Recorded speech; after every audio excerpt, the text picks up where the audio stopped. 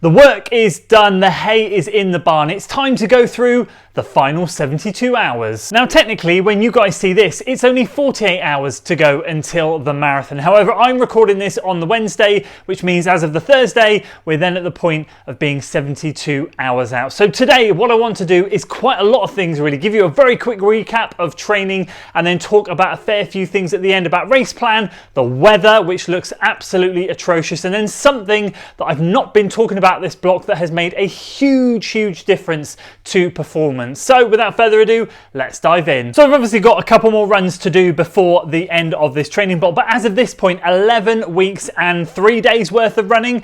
I've done 764.31 miles or 1,230 kilometers, meaning I've averaged 67.37 miles per week or 108.42 kilometers. This is by far the most I have ever averaged throughout a training block. Now, there have been some weeks that have been down weeks, but I've had some of my biggest marathon training weeks in here, and that seems to have averaged out just below the 70-mile mark. And it really was a tale of two halves in this block. The first half was very mediocre and I wasn't really enjoying it. The second half has been absolutely fantastic, but honestly, truth be told, still haven't enjoyed it as much as I would have liked to have done. So very glad that race day is here. Now, for a little bit of context before I read through these weeks, because we're going to rapid fire through them so I can get to the other side and talk about these things that I want to share with you. In the summer, I did speed training. I was very much focused on the 5 and 10k distance. I was really focused on the 10k, to be honest. And I PB'd in the 5k and I didn't get anywhere near it in the 10k. That was the story of it. But the reality was I was doing double threshold training through the summer. Once a week, double threshold day, and then the other workout was a speedy workout, and I absolutely loved it. My favorite training block possibly of all time. It was absolutely incredible. I had a blast, which is why I didn't particularly get on with this one, because I kind of felt like I was pulled away from what I loved doing. So we'll definitely be going back to something similar. But yeah, basically one double threshold day and one speedy workout day. That was the summer, so that actually set me up really nicely for this marathon block. Inadvertently, I was doing it because I knew that when I got to the marathon block, I'd have some long days in there. Those double threshold days were adding up to around nearly 20 miles on some days, sometimes slightly over, so that was great. And I knew that in the first part of the block, I wanted to take the double threshold in right up until around 8 weeks and then switch out and go into marathon specific mode. A hurdle that I fell over last time for London Marathon 2022 was double threshold training right the way up until the point where the race was. Now, I'm not saying that's necessarily a bad thing, because I know a lot of athletes do it and I know a lot of coaches do it as well, but what I just found is I was sluggish and flat when I got there. I felt super strong around marathon pace, but I had no gears whatsoever. So I knew that this time I wanted to do double threshold work to set a great base, and then I wanted to flip to marathon specific work and basically do a speedy workout a week, a marathon specific workout a week, and a long run workout a week. But things didn't go to plan in the first part of the block. 12 weeks out, kick started with a double threshold day and then a fartlek workout and then a standard moderate long run. So just kind of getting myself used to it. 2-hour long run just to kind of break things in. That was actually one of the best starting weeks. And I remember thinking at that point, string some of these together and you will be in fine form. But of course, the week after, I was actually on holiday. So 11 weeks out, I did a 5k specific workout because I knew I had my last 5k run coming up the week after, or the week after that, I can't remember, but I was just basically trying to squeeze out any last bit of speed that I could, and really I got the lowest mileage of the block that week because I was away. 10 weeks out, I did a double threshold workout, and that was the last one of the block, an interval session and then a negative split long run. That went quite well, but I had to miss a day that week. Can't remember the reason why. So mileage was a bit lower, but I got the quality in that I wanted to. After that, I did my first marathon pace specific workout 9 weeks out, and then I raced podium 5k. I had an easier start to that week, so rather than my usual structure, I started easy, got the marathon pace specific work done, and then the podium race at the end. And then 8 weeks out, I did a marathon pace session, a small interval session, and Cheltenham 10k. 7 weeks out, I did my marathon pace session and a long run workout, and again, I started that week easy. easier because of the Cheltenham 10K on the Sunday. And at that point, when I had finished 7 weeks out, that was when I was kind of having a little bit of a meltdown mentally because I wasn't quite doing what I wanted to do. But that was when the turnaround happened. I came on here, I vocalized my mental struggles with the marathon training block. You guys were very kind. I appreciate your support on that one. And effectively, the big change at that point, I had no more races, and I was contemplating races, a couple more races throughout the block, but I didn't do it in the end. I didn't have any more distractions, and I was able from that point onwards to knuckle down and train. And this is where things absolutely turned a humongous corner. 6 weeks out, a marathon pace session, interval session, and a long run workout. 5 weeks out, marathon pace session, interval session, and a long run workout. 4 weeks out, marathon pace session, interval session, and a long run workout. 3 weeks out, marathon pace workout, interval session, and a long run workout. 2 weeks out, things were starting to reduce, but we still got in a marathon pace workout, an interval session, and a long run workout. And then this week, race week, we just have done 4 by a mile. That is it around marathon effort, and I just very much kept it in the realms of where I wanted it pace wise, and we are now feeling absolutely incredible. Can you see the difference there? And actually, there is one way of doing things, which is almost racing yourself into shape, and there's another way of knuckling down and training. You can see instantly the difference between this first half of the block and the second. In the first, I had the Cheltenham 10K and the Podium 5K, and obviously my mind was like, oh well, I am marathon training, but I'd love to be sharp for that race and feeling good for that race. So you kind of do a mini taper, or you kind of back off a bit.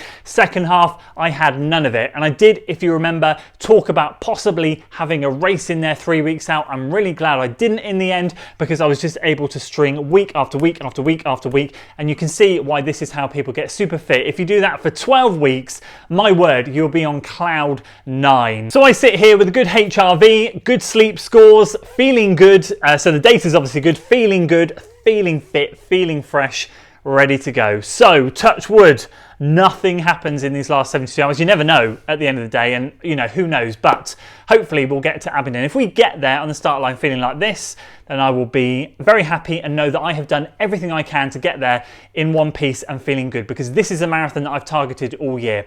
However, the weather is not playing ball at the moment. Now, control the controllables, we can get to the start line in the best shape possible, and that is exactly what I've done, and I feel proud of the way I turned the block around and I've got myself there, honestly feeling in the best shape of my life. However, at the moment, the weather forecast is not looking good. We've had nice low temperatures throughout October, 10, 11, 12, ideal running conditions. There's almost very low humidity.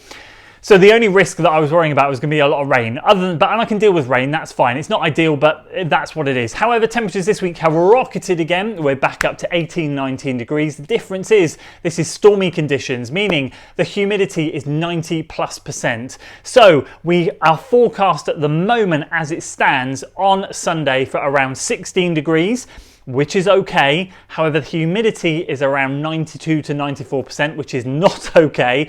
And we are going to get strong winds of up to 40 miles an hour. So not only have we got wind, we have heat and humidity. I use the word heat loosely. If it was 16 with no humidity, that perfect, absolutely fine, but we have the humidity. Now, out of the two, I'll take the wind over the humidity, because the wind, it's a loop course.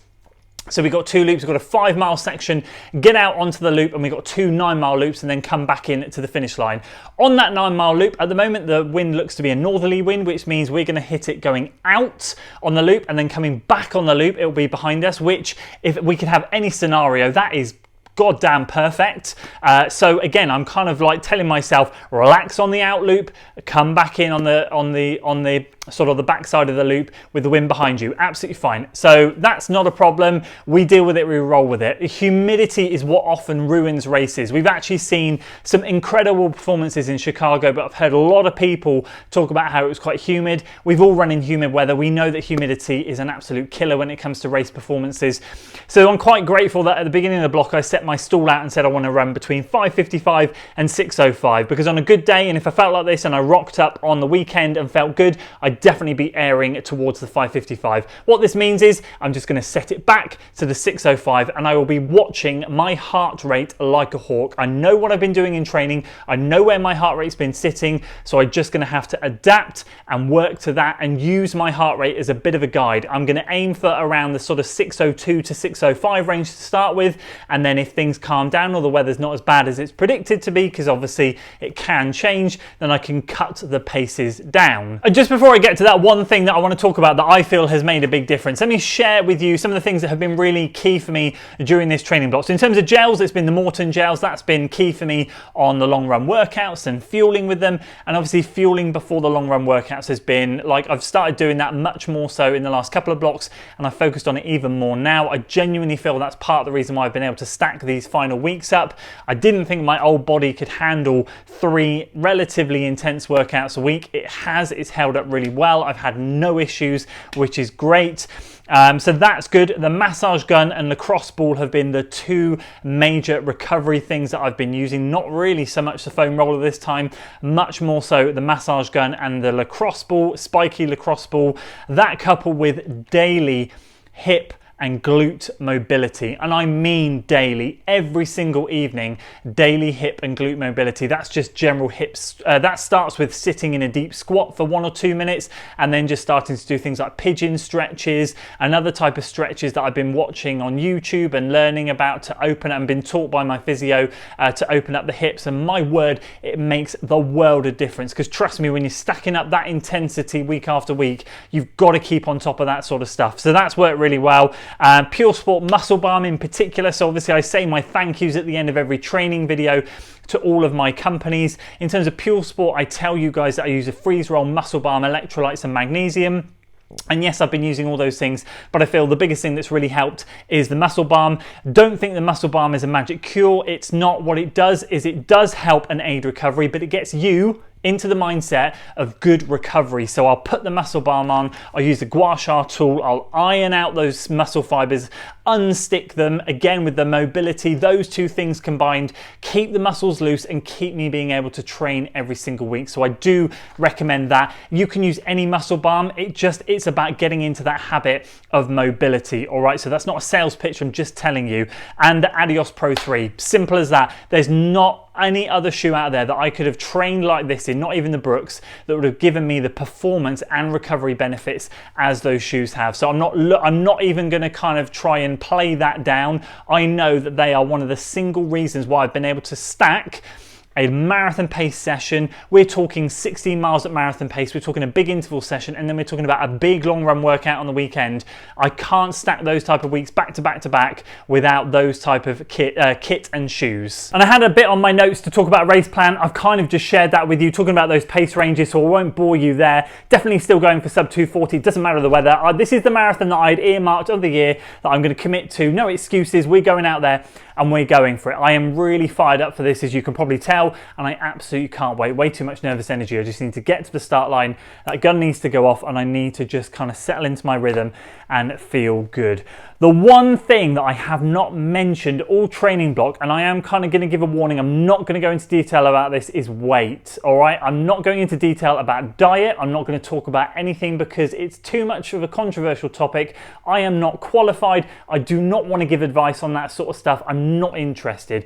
I will say this, in the last 6 to 7 weeks in particular, when I had that kind of switch flicking moment and I got into the second half of the plan, my diet's changed. And when I say my diet's changed, I'm talking about my lunch and dinners have been a lot better than what they have been in the past. A lot less refined food, a lot more basic things like potatoes, rice and pasta. All right, so I often have things like kids dinners because it's easier to make dinners for the kids and then for the adults as well, sometimes just for ease of use after a long day. I have cut that out. I've made the kids their dinner and I've started to make my own dinner. So much less processed food in there, and I believe, I haven't weighed myself, but I can feel it and I can categorically tell you I've definitely lost weight. How much weight? I don't know. I wouldn't want to be a betting man, but just by cutting out all of that refined stuff. Don't get me wrong, I'm still snacking on the same sort of crisps and chocolate and all that stuff. I'm not getting away and saying that I'm perfect, but those big portions of food every single day, I'd say 5 to 6 days out of the week,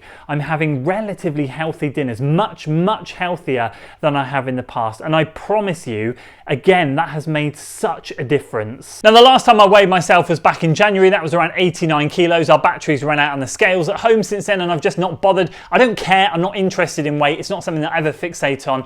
I'm of the mindset, one of those type of people, I guess. If I'm marathon training, it's just a case of eat all the food. The only difference this time is I've just made sure that I've been a bit more selective about the type of food that I've eaten, but it's something that I've noticed that if I lost weight now, which I know I have, if I was to continue down that path, it could be a dangerous avenue. And obviously you don't want to get into the realms of underfueling and stress fractures and, you know, potentially things like red S. There's all sorts of things that can lead on to underfueling and injuries and all that stuff. So that's why I don't go into it. I don't talk about it. I'm not qualified to talk about it, and I definitely don't want to dive into it here. But what I will say is it's done me the world of good just to shift a little bit of timber. I know I'm a bulkier guy, and if you've met me in person, you'll know how tall I am, so you know that I have to be a bit heavier. But I know that there are people nearly as tall as me that are in the 70 kilo realm rather than the 80 kilo realm. So I know that realistically I could probably cut another 8 to 10 kilos and still kind of have those performance benefits without risking injury. I'm just not at this stage in my running career, or maybe even ever, prepared to go down that road. I might try and shift some more timber in the future, but who knows? It's been interesting to feel the benefits from eating better and training better. It's maybe why I've been able to train the way I have been able to, put a bit more intensity into it. Who knows? But either way, I just wanted to mention it. So let's get into the final 72 hours then. This carb load, how is it going to look for me? Well, it will start on Thursday evening, and then from Thursday evening, Friday lunch, Friday evening, Saturday lunch, Saturday evening. Effectively, I'm going to be eating from a carb perspective, mostly sort of like rices, pastas and potato from a dinner perspective, and I'll probably eat a little bit more bread, gluten-free bread for me throughout the day in my snacks. I'll start to cut out fiber definitely 48 hours before the race. So my fruit intake will actually come down and anything fibrous will come down. In the past, I've gone, oh, flapjacks, what a great idea. But even stuff like that, I'll start to sort of cut out and really snack more so on breads and simple things like that, just to keep it clean. It's worked really well for me in the past, and I'm sure it will work well again for me this time. As an example, Thursday night, if I've got a handful of pasta, put it in the pan. Thursday night, I'll just take a handful and a half. So I won't change the rest of my dinner. I'll just take a bit of extra carbs at that point. Friday and Saturday, if I took a handful of pasta, I'd take 2 handfuls of pasta. And again, that's all I do. I just effectively, all I'm looking to do is double my carb intake. And then, as I said, there'll be other snacks around the outside. I'll just snack a little bit more than I usually would on higher carb snacks and make sure that that follows me through all the way until Saturday. Now, to be honest with you, what I like to do on Saturday, a lot of people say, I love to have a heavy Saturday lunch and a lighter dinner. To be honest with you, I'm the other way around. I prefer to have an even split. I do an even split Friday lunch and dinner and the same on Saturday lunch and dinner. So I'll have the same amount as I do on lunchtime on Saturday as I will on the evening. And then at that point, I'll then have a Morton drink mix post dinner. Dinner will be around 6 o'clock-ish. I have a Morton drink mix around 7 o'clock. And I won't eat anything else that night. That's it. I stop eating until the next morning. What that means is I can clear my bowels out, which I know is a bit gross, but I can clear everything out, and then I don't need any emergency toilet stops because everything that I've eaten up until 6 o'clock is digested and out of my system. Job done, and then I can head off down to Abingdon in the morning and know that I don't have to shoot off for a Portaloo. The only reason I'd need to would be for a number 1 and not a number 2. Now in the morning on Sunday morning, it will be my usual porridge and chocolate spread, gluten-free porridge, chocolate spread mixed in, and a Morton drink mix. And the one thing that's worked for me really well this training block is pulling my pre-race gel away from 10 minutes before the race to half an hour before the race. What that's meant is I've not overloaded myself too much so that when I get to those 4th gels in my long run, I don't feel sick. And that's always been my downfall during races. So we'll see what happens in race conditions as to how that affects things there. So I think that's all I need to tell you guys. Once again, I just want to say a huge thanks for all your support. The next video you'll see will be the final week of training. I'm taking you through a full week of training in this taper week. So you'll see that. And after that will be the race. But at this point when I'm recording this, this is Wednesday. Friday, and then I'll finish off my Thursday recording for my training vlog. After that, I'm switching off from videos and I'm just focusing on the carb load, getting everything right, and mentally getting in the zone, ready for Abingdon. So this will be the last really that I pick up a camera and sit down and talk to you guys. I appreciate your support. You have been immense through this training block, and I genuinely can't thank you enough. I appreciate every single one of you. That's it for today, guys. I hope you enjoyed it. If you did, please do consider giving it a like, share it with your friends, and of course subscribe to the channel for weekly running content. I'll see you on the next one.